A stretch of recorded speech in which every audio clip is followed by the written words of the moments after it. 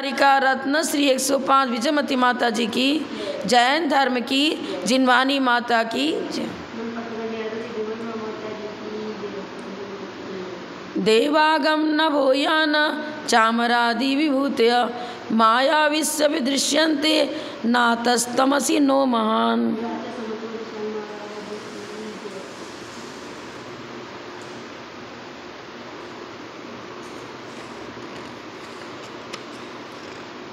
श्लोक नंबर 36 का भावार्थ नहीं पढ़ा था, विशेषार्थ। यहाँ ये बता रहे हैं कि बताया क्या था, भेद और अभेद दोनों ही वस्तु के धर्म हैं। पर्याय गुण पर्यायवत द्रव्यम, गुण होता है सहवर्ती मतलब अभेद, और पर्याय हुआ क्रमवर्ती भेद। पर्यायार्थ की ऐसे ही भेद विवक्षा दी जाती है। तो दोनों धर्म सतरूप है, दोनों धर्म है और दोनों सतरूप है, वस्तु भेदा भेदात्मक है। अब को समृद्धि कल्पनारोपित कर रहा है बौद्ध मत वाला, उपचार मात्र मानता है। अरे उपचार मात्र क्या चीज़ होगा, कोई वस्तु है तब तो उसके विषय में उपचार कहा जाता है। घी नाम का भी कोई पदार्थ दुनिया में है और घड़े का भी अस्तित्व है, तब हमने घी को घड़े में रख दिया, अब उसको घी का घड़ा कहने लग गए। तो उपचार कोरा उपचार कैसे होगा। महाव्रत यदि है तो फिर आरिका को उपचार महाव्रत कर रहे हैं। महाव्रतों की चर्चा भी आगम में है और आरिका पद का भी अस्तित्व है, तब हम कथन करते हैं कि भाई उपचार महाव्रत है, क्योंकि साड़ी मात्र परिग्रह रह गया और उसके प्रति ममता नहीं रहने से उनके महाव्रती भी कहते हैं। तो उपचार भी मात्र भी कोई वस्तु नहीं होती है। प्रत्येक वस्तु सर्वथा अवस्तु रूप नहीं और कूटस्थ नित्य के रूप में भी नहीं है। गौण और मुख्यता की वक्षा लेकर के हम क्या करते हैं, कभी भेद को मुख्य बनाते हैं तो अभेद को गौण कर देते हैं, अभेद को मुख्य बनाते हैं तो भेद को गौण कर देते हैं। अभेद मतलब द्रव्यार्थिक नय का विषय, भेद मतलब पर्यार्थिक नय का विषय। एक समय में एक ही नय की विवक्षा होती है और अन्य दूसरा नय, उसको गौण के रूप में हम स्वीकार करते हैं। अब यही आचार्य बता रहे हैं, आगे भावार्थ में क्लियर कर रहे हैं। सर्वथा भेदवादी कौन है, बौद्ध, क्योंकि पर्याय मात्र को मानते हैं ना। पेज नंबर 32, जो पदार्थों के भेद को ही परमार्थ सत्य के रूप में स्वीकार करते हैं, अभेद को नहीं मानते। अब द्रव्य ही नहीं है और द्रव्य के बिना पर्यायों की चर्चा करो, कहाँ से बनेगा। जीव द्रव्य है तब उसकी पर्यायों की चर्चा हुई कि नरक गति, तिरंच गति वाला, देव गति वाला, मनुष्य गति वाला, ये मनुष्य है, ये हाथी है, ये घोड़ा है। तो भेद विवक्षा आप दे रहे हो वो भी सर्वथा अनित्य को लेकर के, और अभेद में भेद स्वीकार करना चाहिए। अभेद को न मानते हुए भेद करो तो किस में भेद कर रहे हो। भाई आम का अस्तित्व है तब उसमें हम भेद बताते हैं कि भाई ये दशहरी आम है, ये लंगड़ा आम है, ये बीजू आम है। तो हम कोई चीज़ है तब उसमें हम लकड़ी का अस्तित्व मान रहे हैं। फिर ये सागवान की लकड़ी है, प्लाईवुड की लकड़ी है, ये आम की लकड़ी है, ये नीम की लकड़ी है, अस्तित्व मानेंगे तब उसमें भेद विवक्षा देंगे। पर्याय दो प्रकार के उपचार रूप कथन होता है, एक वस्तु में ही हम भेद विवक्षा देते हैं प्रदेश भेद न होते हुए भी। जैसे गुण और गुणी में प्रदेश भेद नहीं है, ज्ञान गुण हुआ प्रदेश, फिर ज्ञान की पर्याय तो मानते, मति ज्ञान, शुद्ध ज्ञान, अवधि ज्ञान, न परिज्ञान। तो भेद विवक्षा दे रहे हैं ना, ज्ञान गुण में हम भेद विवक्षा दे रहे हैं। सर्वथा भेद मानो, ज्ञान गुण तो है ही नहीं, फिर किसका नाम रखेंगे, मति, श्रुत, अवधि। पहले हम अभेद रूप में हमने ज्ञान का अस्तित्व स्वीकार किया, ज्ञान गुण का, तब उसमें हम भेद विवक्षा देते हैं कि मति ज्ञान है, शुद्ध ज्ञान है, अवधि ज्ञान है। ये क्या बता रहा है, अभेद को तो मानता नहीं, अभेद को कल्पनारोपित सत्य बताता है। कल्पना, अरे कल्पना से यदि काल्पनिक सब चीज़ है तो फिर जब सतरूप उसको माना ही नहीं, कोरा काल्पनिक मिथ्या रूप ठहरा लिया, तो किसके प्रति चर्चा कर रहे हो। कोई वस्तु है तब वो तो उसको क्षणिक ठहरा रहे हो, है ही नहीं। कोई है तब हम कहते हैं कि इसकी प्रति समय पर्याय बदलती है, इसलिए क्षणिक है। फिर बुद्धिमान आयु पर्यंत पर्याय टिकती है, बाद में नष्ट होती है। चीज़ ही नहीं है तो किसकी उत्पत्ति और किसका नाश, बातें हैं ना। कल्पना रोपित सत्य बताता है, अन्यथा विरोध की कल्पना करते हैं। और अन्यथा विरोध, बौद्ध मत कहते हैं मेरा मत सही है और अन्य का सब गलत है, अन्य को गलत ठहराते हैं, और स्वयं का कल्पनारूपित विषय सत बता रहा है। कल्पनारूपित, तुम सही बुद्ध भगवान तुम्हारे सतरूप हैं या असत रूप हैं, वो भी कल्पनारूपित हो गए। फिर तो जब तुम्हारे बुद्ध परमेश्वरी जिनको मान रहे हो, भगवान के रूप में पूज रहे हो, वो भी कल्पनारूपित हो गए। फिर उनकी वाणी भी कल्पनारूपित, उनका सिद्धांत भी कल्पनारूपित, रहा क्या फिर? तुम उनके भक्तजन, जो अपना अस्तित्व तुम्हारा है, तुम्हारे सिद्धांत का अस्तित्व है, सब कल्पनारूपित, रहा क्या फिर? शून्यवाद पर पहुंच गए। सर्वथा अभेदवादी ब्रह्माद्वैतवादी जो पदार्थों की अभेद को ही तात्विक मानते। अब दूसरा मत आ गया, सांख्य मत वाले। बौद्ध मत का खंडन हो गया। सर्वथा अभेद मतलब कूटस्थ नित्य रूप द्रव्यार्थिक नहीं ले रहा है। हमारे यहाँ द्रव्यार्थिक नहीं, कूटस्थ नित्य नहीं है। द्रव्यार्थिक ने ये नहीं बता रहा है कि पदार्थ में परिणाम होता ही नहीं है, वो तो इतना बता रहा है कि द्रव्य का नाश नहीं होता। 6 द्रव्य हैं, जीव, पुद्गल, धर्म, अधर्म, आकाश, काल। द्रव्य का नाश नहीं होता, द्रव्य के अंदर काल भेद पूर्वक परिणाम होता है। परिणाम स्वीकार कर रहा है तो सर्वथा अभेद, सर्वथा शब्द लगा दिया ना। जैन धर्म में द्रव्यार्थिक ने भी सर्वथा सत नहीं, सर्वथा कूटस्थ नित्य नहीं बताता। द्रव्य नित्य है, लेकिन द्रव्य में होने वाली पर्याय उत्पन्न होती है, नष्ट होती है। और सर्वथा अभेद मतलब सर्वथा नित्य। ये कौन है? ब्रह्माद्वैतवादी। आदि लगा दिया, ऐसे कहिए ज्ञानाद्वैतवादी आदि। अब सर्वथा अभेद में क्या हो जाएगा? दुनिया में जितने पदार्थ दिख रहे हैं, क्या वो सब ब्रह्म रूप हैं? क्या अद्वैत माने 2 चीज़ ही नहीं, अस्तित्व एक का ही है, अन्य का अस्तित्व ही नहीं है। जो पूरे ब्रह्मांड में फैला हुआ जो ब्रह्म है, उसकी सब छाया है। इसको अपन पहले पढ़ चुके हैं, खंडित हो चुका है। भाई कोई सो रहा है, कोई ऑफिस में काम कर रहा है, कोई मंदिर में पूजन कर रहा है, नाना उनकी कार्य दिख रहे हैं, एक ही है, तो कार्य भी एक रूप होगा। फिर जिस समय मिट्टी की पर्याय में वो मिट्टी है, लोंदे के रूप में पर्याय, उस समय घड़े की पर्याय में रूप नहीं है। जब घड़े की पर्याय में, तो मिट्टी का लोंदा रूप पर्याय नहीं रहा।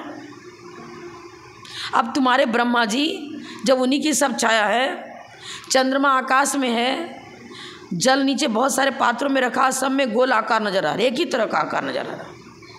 यदि ब्रह्मा की प्रतिबिंब रूप सभी पदार्थ हैं, तो प्रतिबिंब तो तदाकार होता है, मूल वस्तु के आकार रूप होगा। पर यहाँ नाना आकार और नाना कार्य देखे जा रहे हैं, भिन्न भिन्न कार्य। इसका मतलब ही ये गलत है। और प्रत्येक पदार्थ अपना अपना अस्तित्व रखता है। हम बाजार से सोना, आप बाजार से सोना खरीद के लाया, कोई भी लाया, उसका अस्तित्व है कि नहीं? मेहनत की कमाई है, अपने तिजोरी में रखता है, फिर बार बार जरूरत पड़े निकालता है, अस्तित्व ही समाप्त हो गया। अब तुम ये बताओ, सोना चांदी हीरा मोती माणिक, वो ब्रह्मा जी जीव है कि अजीव है? सोना चांदी तो अजीव है, पुद्गल पदार्थ। और तुम्हारे ब्रह्मा जी शुद्ध चैतन्य रूप है।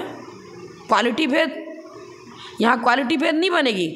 मिट्टी का लोंदा मिट्टी ही थी, और घड़ा बना तो मृतमय, मृन्मय ही है, मिट्टीमय ही है।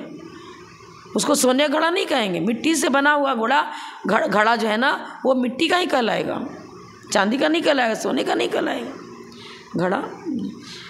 अच्छा, अब खंडन हो गया इनका भी, कल्पना रूपित है ही नहीं सब। ये क्या बता रहा है? सर्वथा अभेद आदि ब्रह्मा द्वैत आदि जो पदार्थों के अभेद को ही तात्विक मानते हैं, भेद को नहीं, भेद को कल्पना रूपित। एक ने क्या कहा? बौद्ध ने अभेद को कल्पना रूपित बताया, और सांख्य मत वाले भेद को कल्पना रूपित कहते हैं। हमारे यहाँ कल्पना रूपित कोई पदार्थ नहीं है। उपचरित व्यवहार ने, अनुपचरित व्यवहार ने करके उसकी चर्चा करी है, कोई कल्पना नहीं है। उस पर्याय में ही कर्म जनित पर्याय घटित हो रही है। कर्म जनित पर्याय घटित हो रही ना, जैसे जीव द्रव्य है, उस जैसा कर्म उपार्जित किया, जैसे आयु का बंध किया, उस पर्याय में जाता है। जीव वही का वही है, और उसकी पर्याय भी एक जैसी नहीं बनी रहती। प्रति समय परिणमन हो रहा है। मान लो नारकी का उदाहरण ले रहे हैं, वो नारकी लड़ने के लिए कभी तो भाला भरछा बन जाता है, कभी वृक्ष बन जाता है, कभी नदी का रूप धारण कर, बैतरणी नदी क्या बोलते हो, उसका रूप धारण कर लेता है। अरे कहाँ कोरा कल्पना किस में की जाएगी? नहीं किया सकते। मान लो कि गधे का सिंह की कल्पना कर रहे हैं, न्याय ग्रंथों में प्रेमरत्न माला में बताया है, तो गधे के तो सिंह, उस गधे की पर्याय में तो उसको सिंह है नहीं, लेकिन गधे की पर्याय में रहने वाला जो जीव है वह मान लिया कि पहले बैल की पर्याय में था, तो जीव द्रव्य की विवक्षा से तो उसी में माना गया। और फिर सिंह भी कहीं, सिंह का अस्तित्व तो है ना किसी जानवर के कल्पना में। यदि सिंह का नाम का कोई द्रव्य ही ना हो, आकृति ही ना हो, तो उसकी चर्चा कहाँ से? किसी न किसी में तो वो आकृति सेट है। सिंह बैल में है, हिरण में है, गाय में है, हाँ, लेकिन उसी जीव गधे का सिंह भी घटित होता है। गधे में सिंह नहीं है, लेकिन गधे की पर्याय में जो जीव है उसमें घटित प्राग अभाव के रूप में पहले था, सर्वथा अभाव नहीं है। अगर सर्वथा अभाव मान लेंगे तो गधे वाला जीव कभी बैल की पर्याय में जन्म ले ही नहीं सकता, सर्वथा अभाव मानने पर। तो कोई मनुष्य की पर्याय में था, तिरंज की गति का बंद कर लिया, तिरंज आयु का बंद कर लिया, वहाँ चला गया, तो मनुष्य के तो सिंह नहीं है कर्मभूमि जाए मनुष्य के, ठीक है कुभोग में होते होंगे, लेकिन यहाँ तो नहीं है ना अभी। हम तो कर्मभूमि की चर्चा कर रहे हैं, नहीं है। पर सर्वथा अभाव नहीं बताएंगे, सर्वथा अभाव बताएंगे तो सिंह वाली पर्याय में कभी वो जाएगा ही नहीं। हाँ, हम सर्वार्थ सिद्धि देव को बता सकते हैं को कर्मभूमि मनुष्य बनेंगे और शिवम मोक्ष चले जाएंगे। अब उसमें सिंह तिरंज पर्याय का कभी आश्रय नहीं होगा, तिरंज गति में नहीं मिली तो उनमें सर्वथा अभाव बताएंगे। लेकिन संकलन अभेद रूप में कहाँ से बनेगा? दुनिया में नाना प्रकार के मनुष्य हैं, नाना प्रकार के जीव जंतु हैं, उनमें वो नाना गतियों में कर्मानुसार जाते आते रहते हैं। किसी भी पर्याय का सर्वथा अभाव अद्वैत रूप में नहीं कहा सकता, अपने अपने कर्मानुसार उनकी चर्चा होगी। ये चीज़ भेद को भी सर्वथा मतलब कल्पना रूपित मत बताओ। सांख्य मत वाले भेद को कल्पना रूपित बताते हैं और करे अन्य सभी जो है ना वो गलत, हम सही हैं। अन्यथा दोनों में परस्पर विरोधी कल्पना करते कहते हैं कि भेद और अभेद परस्पर विरोधी हैं। जैसे अंधकार और प्रकाश परस्पर विरोधी है। अरे अंधकार और पर्याय दोनों पर्याय हैं, पुद्गल द्रव्य है, एकत्व भी है और अन्यत्व भी है, भेद भी है। पुद्गल द्रव्य की ही पर्याय अंधकार और पुद्गल द्रव्य की पर्याय ही प्रकाश, लेकिन दोनों पर्याय एक साथ नहीं रह सकती। पुद्गल द्रव्य तो मौजूद है ना, अगर पुद्गल इस कमरे में उजाला हो गया लाइट के जलते ही, पहले इस पृथ्वी की जो परमाणु जो है तो ना उनकी पर्याय अंधकार रूप थी, वो पृथ्वी नज़र नहीं आ रही थी, अंधकार फैला हुआ था। लाइट के जलते यहीं के परमाणु प्रकाश रूप परिणमन कर गए। स्फटिक की प्रतिमा है, हमें स्पष्ट नज़र नहीं आती है और पीछे दीपक रख देते हैं या कोई रोशनी रख दी तो वो चमकने लगती है प्रतिमा। क्या प्रतिमा बदल गई? क्या दूसरी प्रतिमा आ गई? चमकदार प्रतिमा दूसरी थी और नहीं चमकने वाली प्रतिमा दूसरी थी क्या? लाइट का रिफ्लेक्स पड़ा और प्रकृत आंग उपांग सब क्लियर दिखने लग गए, स्पष्ट नजर आने। स्पष्ट और अस्पष्ट इतना ही रहा ना, द्रव्य तो वही का वही रहा, मूर्ति तो वही की वही रही, भूमि वही की वही रही। हमारे आंगू पांग ही अंधेरे में हमें नहीं दिख रहे, पर आंगू पांग का अस्तित्व समाप्त हो गया क्या? क्लियर। अब हाथ उजाला में हाथ की रेखाएं दिख रही हैं, अंधेरा हो गया तो नहीं दिख रहा। अरे नहीं दिखने और दिखने मात्र से कोई कल्पनारोपित हो जाता है क्या? रेखाएं तो ऐसी कैसी बनी है, उंगलियां कल्पनारोपित उंगली, फिर लाइट जल गई तब कल्पनारोपित नहीं रहा, ये सब बनेगा क्या? प्रत्यक्ष से बाधित है ना। सर्वथा एकांत, चाहे भेदवादी हो चाहे अभेदवादी हो, कल्पनारोपित कुछ भी नहीं है। जय नागम पकड़ो, द्रव्याश्रया निर्गुणा गुणा गुण पर्यवत द्रव्यम उत्पाद वै ध्रुवयुक्तम सत द्रव्य लक्षणम, सब क्लियर है एकदम। सर्वथा शून्यवादी बौद्ध, अब शून्य ही मानने लग गया, ये तो हम भी शून्य तुम भी शून्य, किसी का अस्तित्व ही नहीं है। सर्वथा शून्यवादी बौद्ध जो भेद और अभेद दोनों में से किसी को भी परमार्थ के रूप में स्वीकार नहीं करता, परमार्थ माने सत्य के रूप में स्वीकार नहीं करता। क्षणिक है ना, सत कैसे मानेगा? किंतु उन्हें समृद्धि कल्पना का विषय बताता है। सत और असत दोनों समृद्धि रूप हैं। पर्याय भी समृद्धि रूप, द्रव्य भी समृद्धि रूप, है ही नहीं कुछ। कौन? शून्यवादी। ये भी गलत। इसका खंडन पहले सूत्र में कर चुके हैं। ये तो पूरे श्लोकों का, जिस अध्याय के श्लोक का पूरा निचोड़ बता रहे हैं ना। उभयवादी न्यायिक, न्यायिक वैशेषिक क्या कहते हैं? सामान्य और विशेष को स्वीकार करते हैं, पर सामान्य और विशेष दोनों धर्मों को परस्पर निरपेक्ष बताते हैं। निरपेक्ष माने बिल्कुल अलग। अस्तित्व धर्म बिल्कुल अलग है। और जैसे हम जीव द्रव्य हैं, मेरा मनुष्य पर्याय में अस्तित्व है, तो सामान्य धर्म को अलग मानेगा और विशेष धर्म को अलग मानेगा। विशेष धर्म क्या हुआ? जीव द्रव्य का ज्ञान, दर्शन, सुख, वीर विशेष धर्म है। और अस्तित्व, वस्तुत्व, प्रमेयत्व आदि सामान्य धर्म है, क्योंकि सभी में पाया जाता है अस्तित्व, वस्तुत्व। अब सर्वथा भिन्न मान लो तो अस्तित्व ही नहीं है, जीव का अस्तित्व ही नहीं, फिर ज्ञान, दर्शन, सुख, वीर की चर्चा किसमें? चर्चा किसमें करेंगे? सर्वथा भिन्न मान लिया। टेबल अलग है, पुस्तक अलग है। अब टेबल पुस्तक नहीं, पुस्तक टेबल नहीं, ये तो सर्वथा भिन्न है। इस तरह से तुम द्रव्य के अंदर रहने वाले सामान्य धर्म और विशेष धर्म को सर्वथा भिन्न बता रहे हैं। बताओ कैसे बनेगा? द्रव्य के अंदर रहने वाला, उसकी सहवर्ती विशेष धर्म भी सहवर्ती है, और स्वचतुष्टय की अपेक्षा सामान्य धर्म भी स्वास्थी है, अस्थि है, अस्थि रूप है ना। स्वचतुष्टय, परचतुष्टय, स्वद्रव्य, स्वच्छेद, स्वकाल, स्वभाव। स्वचतुष्टय की अपेक्षा अस्थि रूप है, सामान्य धर्म हुआ। विशेष धर्म, उसका जैसे जीव की चर्चा है तो ज्ञान, दर्शन आदि की चर्चा आ गई। पुद्गल की चर्चा है तो वर्ण, गंध, रस, स्पर्श आ गया। सामान्य धर्म हो या विशेष धर्म हो, उन धर्म का धर्मी से कभी अभाव नहीं होता है। और ये बता रहा है सामान्य धर्म अलग, विशेष धर्म अलग, सामान्य विशेष दोनों को स्वीकार कर रहा है, पर परस्पर निरपेक्ष बताता है। ये भी गलत है। अब चारों की चर्चा कर दी, चार मत की चर्चा करी ना। ये चारों ही मत वस्तु तत्व का यथार्थ प्रतिपादन करने वाले नहीं है, इसलिए सत्यवादी नहीं है, और इनका सिद्धांत सर्वथा प्रमाण और युक्ति से रहित है, प्रामाणिकता को लिए हुए नहीं है। अभेद सत्य, अभेद सत्य का मतलब क्या कहेंगे? समृद्धि कल्पना के विषय रूप नहीं है। कूटस्थ नित्य, जो कूटस्थ नित्य है वो प्रमाण गोचर नहीं बनेगा। कूटस्थ नित्य बताएंगे। वस्तु सामान्य विशेषात्मक है। प्रमाण किसे कहते हैं?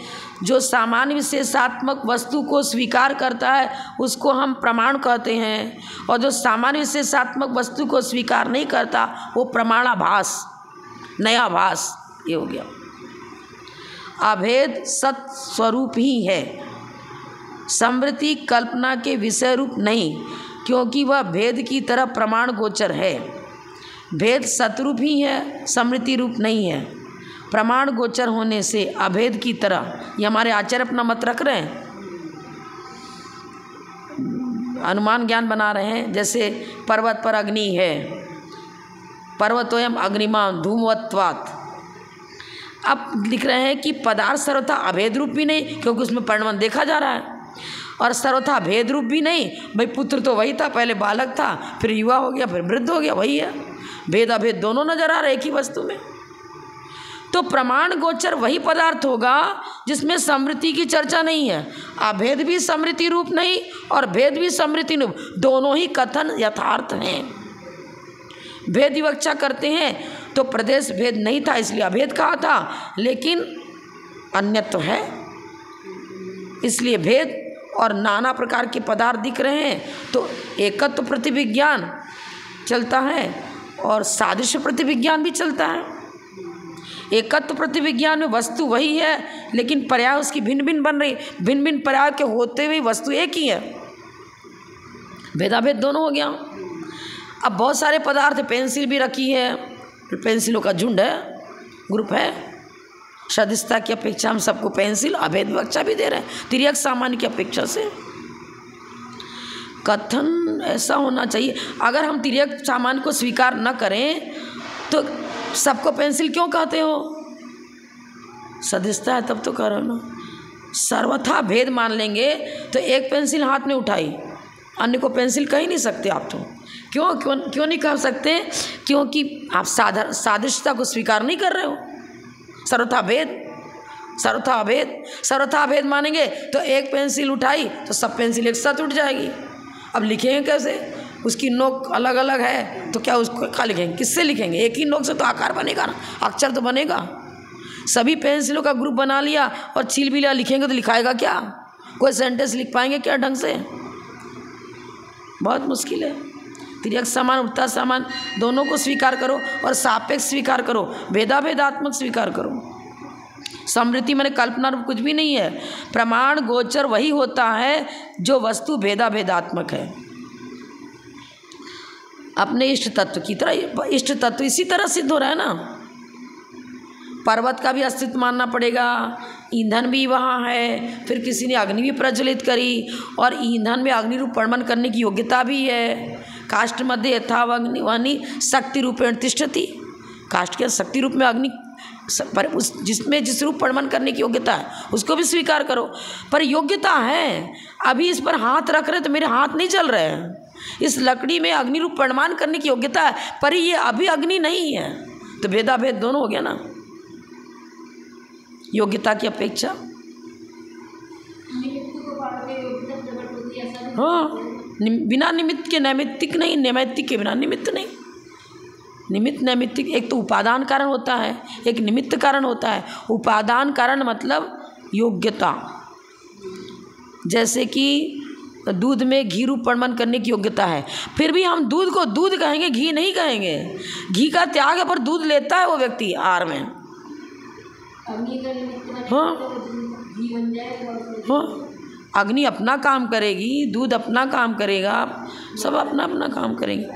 हाँ, अग्नि से पहले उसको तपाया, गरम किया, फिर बिलोया, सब किया, दही जमाई। समृद्धि रूप कुछ भी नहीं है। हाँ, अर्थ क्रिया भी मानेंगे ना। प्रत्येक में जिस रूप परमन करने की योग्यता है उसी रूप में उसकी अर्थ क्रिया होगी, योग्यता के अनुसार उसकी अर्थ क्रिया होगी। अब सर्वथा शून्यवादी तो और गलत है। सबको तुमने समृद्धि रूप मान लिया, फिर साधन क्या, साध्य क्या? तुम शून्यवाद का कथन करने के लिए क्या प्रमाण देते हो? और शून्यवादी जो वक्ता है उसका भी अस्तित्व नहीं, वो भी शून्य रूप हो गया। वक्ता भी शून्य रूप, उसका सिद्धांत भी शून्य रूप, उसके अनुयायी भी सब शून्य रूप। क्या है? सिद्धांत वाक्य रचना तुम्हारी शून्यवाद में बनेगी नहीं, कथन भी नहीं बनेगा। ना मुख्यता, ना गौणता, ना कोई वाक्य रचना। इष्ट तत्व की सिद्धि कैसे कर पाओगे? हो ही नहीं पाएगी। एक पढ़ेंगे आगे तृतीय परिच्छेद। नित्यैकांत पक्षेपि विक्रिया नोपपद्यते प्रागेव कारकाभाव क्व प्रमाणम क्व तत्फलम। नित्यै पक्षेपि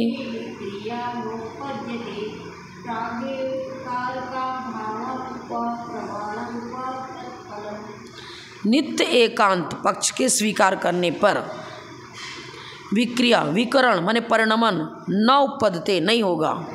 विक्रिया माने विकरण, विकरण मतलब परिणमन। दूध से घी नहीं बना सकते, दही भी नहीं बना सकते, मक्खन नहीं निकाल सकते, कुछ भी नहीं कर सकते, चना नहीं बना सकते। विकरण ही नहीं होगा, परिणमन ही नहीं होगा। और लोक में सारे पदार्थों का जो कार्य कारण भाव बन रहा है वो कैसे बनेगा? परिणमन हो रहा है ना। ये लो तो ये पेड़ किसी वृक्ष की शाखा थी, ये टेबुल लो, टेबुल बन गया, अब तो इस पर पुस्तक रख रहे।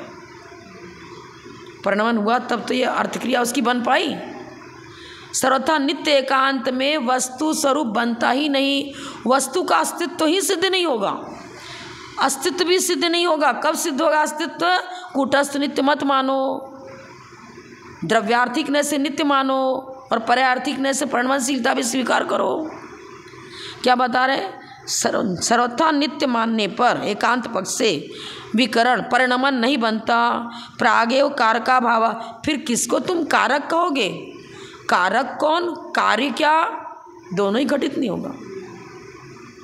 कारक में देखो, एक तो उपादान कारण, एक निमित्त कारण, करने वाला, अब किसी पाषाण से मूर्ति बनी, वो पाषाण उपादान कारण है और शुद्ध निश्चय से तो जो स्वयं कार्य रूप प्रणमन करे उसे उपादान कहते हैं। वो पाषाण ही तो मूर्ति रूप प्रणमन करा, तब तो इस पृथ्वी का ही कोई पुण्याश्रय बताते हैं जिससे मूर्ति बनी। लेकिन कारीगर ने उसको ढांचा दिया, आकार दिया। मुनिराज ने उस पंचग्रहण प्रतिष्ठा करा करके उसको भगवत्पना उसमें स्थापित किया। ये सब कार्य कारण भाव कैसे बनेगा? कूटस्थ नीति में बनेगा क्या? नहीं बनता। प्रागेव कार का भाव, जब क्या बता रहे हैं? कारक, कर्ता, कर्म, करण, आज षट कारक बताते हैं ना व्याकरण में, कर्ता कारक, कर्म कारक, करण कारण, संप्रदान कारक। ये षट कारक रूप जो चर्चा आती है व्याकरण में और आगम में भी आती है, उसका अभाव बनेगा ही नहीं।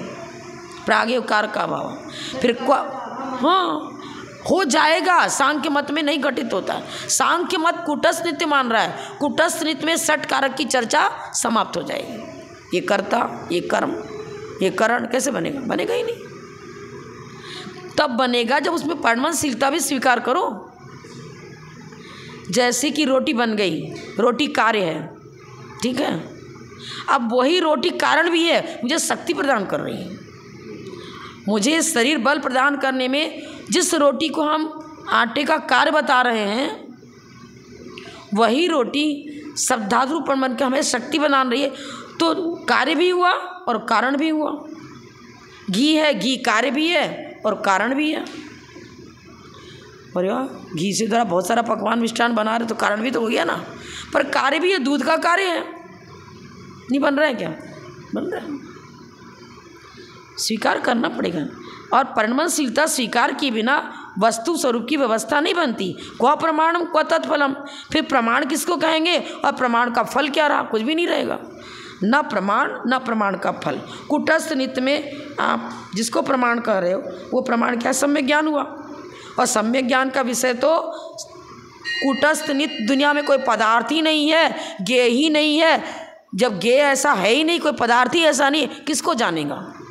सारे ज्ञेय पदार्थ सामान्य विशेषात्मक हैं, सब भेदाभेद रूप में है, नित्य अनित्य दोनों धर्म को लिए हुए हैं। सर्वथा नित्य धर्म वाला दुनिया में कोई पदार्थ ही नहीं है, फिर प्रमाण अपने ज्ञान का विषय किसको बनाएगा? सर्वथा नित्य पदार्थ ही नहीं तो प्रमाण का विषय कहाँ से? जब प्रमाण का विषय ही नहीं तो प्रमाण भी समाप्त। सम्यक ज्ञान को प्रमाण कहेंगे ना। सम्यक ज्ञान किसे कहते हैं? जो वस्तु को सामान्य विशेषात्मक स्वीकार करता है। अकेला सामान्य को स्वीकार करने वाला ये सांख्य मत का प्रमाण नहीं, प्रमाणाभास है। और प्रमाणाभास का फल भी फलाभास हो जाएगा, ठहरेगा ही नहीं। क्व प्रमाणम क्व तत्फलम, प्रमाण भी युक्ति संगत नहीं और प्रमाण का फल भी युक्ति संगत नहीं। प्रमाण भी सत्यार्थ नहीं और प्रमाण का फल भी सत्यार्थ नहीं। मोटे मोटे अक्षरों में लिखा, उसको पढ़ो। यदि नित्यत्व एकांत पक्ष लिया जाए तो विक्रिया की उत्पत्ति नहीं हो सकती। पहले लाइन का अर्थ। दूसरी लाइन का अर्थ, कारकों का, कर्ता कर्म करण आदि का अभाव पहले ही हो जाता है। कूटस्थ नित्य में षट कारक की व्यवस्था ही नहीं है। फिर क्या हो जाएगा आगे? जब कारकों का अभाव है तब प्रमाण और प्रमाण का फल, प्रमाण का फल कर्म हुआ और प्रमाण कारक, कर्ता कारक, कर्ता कारक, कर्म कारक, करने वाले को में प्रथमा विभक्ति लगाते हैं और कर्म कारक में द्वितीय विभक्ति लगाते हैं। ये कैसे बनेगा? शब्द रचना कैसे होगी?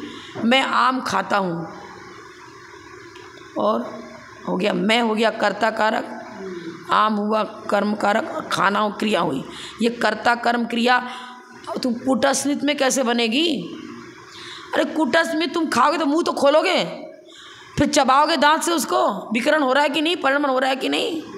खाना पीना सोना बैठना चलना व्यापार धंधा, कूटस्थ में तो कुछ भी नहीं बनेगा।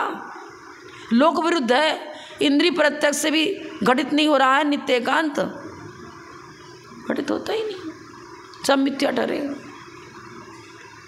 एक और पढ़ते हैं। प्रमाण कारकैर्व्यक्तम व्यक्तम चेद इंद्रियार्थवत् ते च नित्ये विकार्यं किं साधोस्ते शासनात् बहि शासनात् बहि।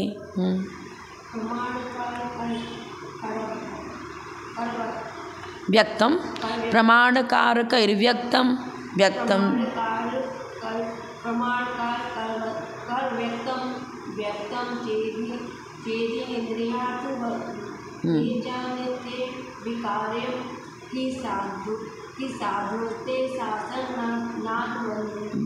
ये बता रहे हैं, उसी चीज़ को इनलार्ज कर रहे हैं। और प्रमाण और कारक दोनों ही नित्य हो जाएंगे ना, फिर फंक्शन कैसे होगा? अरे अस्त्र शस्त्र भी है, मान लो कोई फल आपको किसी को छिलना है, बनाना है, टेबल पर रखा था, रखे रखे तो फल अपने आप, यहाँ फल रख दिया, यहाँ चक्कू रख दिया, अपने आप कटने लग जाएगा क्या? फल कटना पीटना हो जाएगा क्या? अस्त्र भी रखा है और फल भी रखा, हमारे चाकू को जिससे छील रहे आप, छील नहीं रखा नहीं। एक व्यक्ति उठाएगा, फिर उसको योग्य प्रक्रिया पूर्वक उसको छिलका निकालेगा, फिर पीस करेगा, उसकी सब्जी बनानी है, तो विकरण हो रहा है ना, कार्य कारण भाव बन रहा है। तो कूटस्थित में कुछ भी नहीं बन पाएगा। हाँ सट कारण, हाँ वो कारण ले लो, ऐसे भी, और वो भी कारण कोरा थोड़ी है, हम भी तो कारक और कर्ता दोनों बन रहे हैं। हमें आर्य का दीक्षा दी, किसने दी? हम, किसी गुरु ने दी, हम उनके कार्य हो गए निमित्त की अपेक्षा। उन्होंने मेरे पर्याय दिए, नई पर्याय मानते हैं, नई कुंडली बनती है, पर्याय बदल गई हमारी, एक ही वो में पर्याय बदल गई। पहले हम श्राविका थे, अब हम आर्यिका हैं, नामकरण अलग हो गया, सब कुछ वेशभूषा अलग हो गई, सब कुछ जैन सिद्धांत में सब कुछ घटित हो रहा है, बाकी इन लोगों में कुछ भी घटित नहीं हो रहा। सीधा सीधे इसके मोटे मोटे अक्षरों को पहले पढ़ो। इंद्रियों के द्वारा, यहाँ लिखा है ना इंद्रियार्थवत, इंद्रिया अर्थ माने विषय, इंद्रियों के द्वारा उनके विषय की अभिव्यक्ति के समान जिन प्रमाणों तथा कारकों के द्वारा, प्रमाण कारकई, प्रमाण और कारकों के द्वारा अव्यक्त को व्यक्त हुआ बतलाया जाता है। इसमें खंडाकार अ था, लिखा नहीं है। अव्यक्त को व्यक्त रूप बतलाया जाता है। ये वह क्या हो गया? वे प्रमाण और कारक दोनों ही जब सर्वथा नित्य माने गए हैं, तब उनके द्वारा विक्रिया बनती नहीं। क्या बता रहे हैं? सर्वथा नित्य में कोई विकरण होता नहीं, कारक व्यवस्था भी बनती नहीं। इसने क्या कहा? चलो हम क्या करते हैं, हम कार्य कारण भाव मानते हैं। कैसे मानते हैं? महद आदि कार्य है और प्रधान उनका कारण है। प्रकृति पुरुष दो मानते हैं। प्रकृति को तो पुरुष, प्रकृति को कर्ता मानते हैं और पुरुष को भोक्ता मानते हैं। शुद्ध चैतन्य स्वरूप है पुरुष, माने आत्मा। पुरुषार्थ शुद्धि उपाय में पुरुष शब्द का अर्थ आत्मद्रव्य लिया है, और पुरुष माने हमारे डिक्शनरी में आत्मद्रव्य आया है, जैनागम उसका अर्थ। तो ठीक है, आगम आत्मा तो शुद्ध बुद्ध नित्य निरंजन कर्मोपाधि शुद्ध द्रव्यार्थिक नय से आत्मा द्रव्य का, आत्मद्रव्य का नाश नहीं होता। वो शुद्ध चैतन्य स्वरूप कर्मोपाधि निरपेक्ष शुद्ध द्रव्यार्थिक नय से है, पर हम तो सापेक्ष मान रहे हैं ना। निरपेक्ष कैसे बनेगा? नहीं बनेगा ना। द्रव्य में कार्य कारण घटित नहीं होता है, पर द्रव्य की पर्यायों में कार्य कारण घटित होता है ना। द्रव्य की पर्याय में तो कार्य कारण घटित हो रहा है। द्रव्य किसी का कार्य नहीं है, द्रव्य तो अनादि अनिधन है, त्रैकालिक है, उसका नाश होता ही नहीं है। जीव द्रव्य का नाश नहीं हुआ, जीव की पर्याय नवीन नवीन कर्मानुसार होती है। जब कर्मों का आत्यंतिक उच्छेद हो गया तो सिद्ध पर्याय प्रकट हो गई। वहाँ भी अगुरु लघु गुण के निमित्त से परिणमन हो रहा है। जो वास्तु अगुरु लघु गुण भी तो उसका गुण है, उसका कार्य क्या है?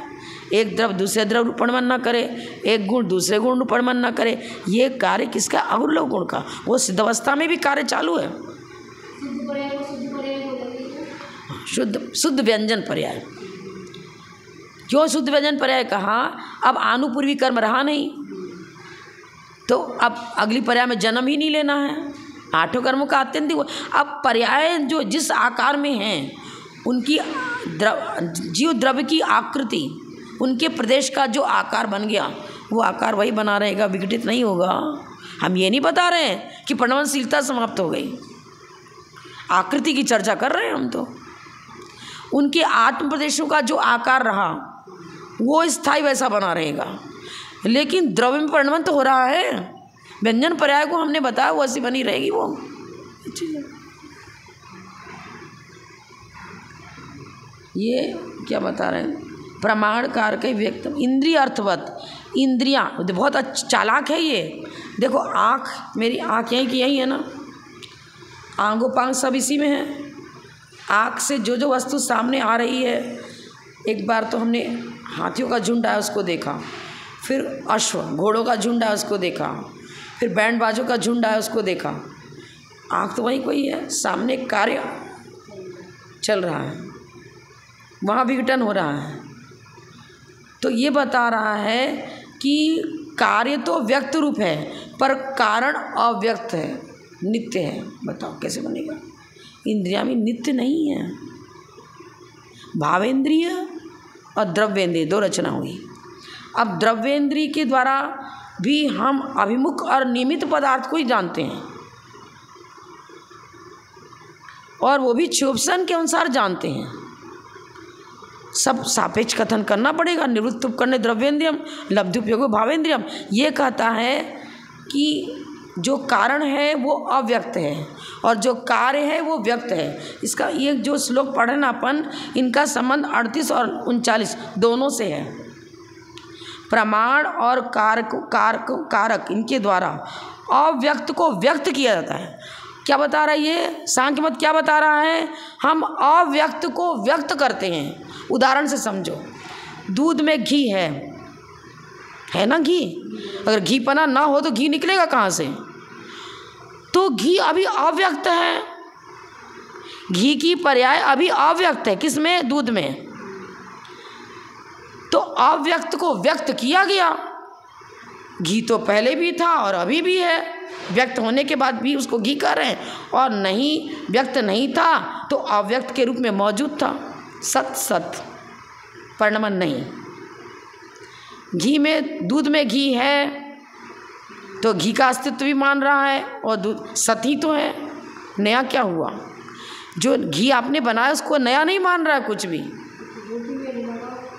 तो हमारे आचार्य ने उत्तर दिया कि भाई दूध में पूड़ी छान लो। दूध की अर्थ क्रिया अलग, घी की अर्थ क्रिया अलग। दूध में घी रूप परिणमन करने की योग्यता है, उस योग्यता को ही तुमने सर्वथा सत्य के रूप में स्वीकार कर लिया सांख्य मत वाले ने। पर दूध को दूध कहेंगे, दूध को घी नहीं कहेंगे, उसमें चिकनाई है। तो योग्य पुरुषार्थ करने पर उसमें से घी अलग कर लेते हैं हम। और ये तो कुटस्थ नीति मान रहा। अरे अव्यक्त को व्यक्त किया, इसलिए जैसे इंद्रियां हैं तो इंद्रियों के द्वारा जो पदार्थ है वो नज़र आ रहे हैं, तो अव्यक्त को व्यक्त किया ना, जो अभी नहीं दिख रहा था क्योंकि अभी दूर था, सामने एक एक वस्तु आ रही है। तो पहले तो कुछ चीज़ अव्यक्ति नहीं दिख रही थी, फिर वो दिखने लगी, फिर वो अव्यक्त हो गई, फिर दूसरी दिखने लग गई। ये पन्ना पुस्तक रखा, देखो अब ये पुस्तक पन्ना खुला है, ये व्यक्त हो गया, इधर वाला अव्यक्त है ना, इधर वाला अव्यक्त है। इधर खोला, पहले से था तब तो दिखा, अव्यक्त पन्ना पलटा व्यक्त हो गया, फिर दूसरा पन्ना पलटा तो ये अव्यक्त हो गया, ये व्यक्त हो गया। ले क्या? हाँ, अरे डब्बे में बहुत सारे कुछ पदार्थ रखे हुए हैं, अव्यक्त हैं। ढक्कन खोला, उसके बाद नीचे के पदार्थ तो अव्यक्त रहे, ऊपर ऊपर का नजर आ रहा है।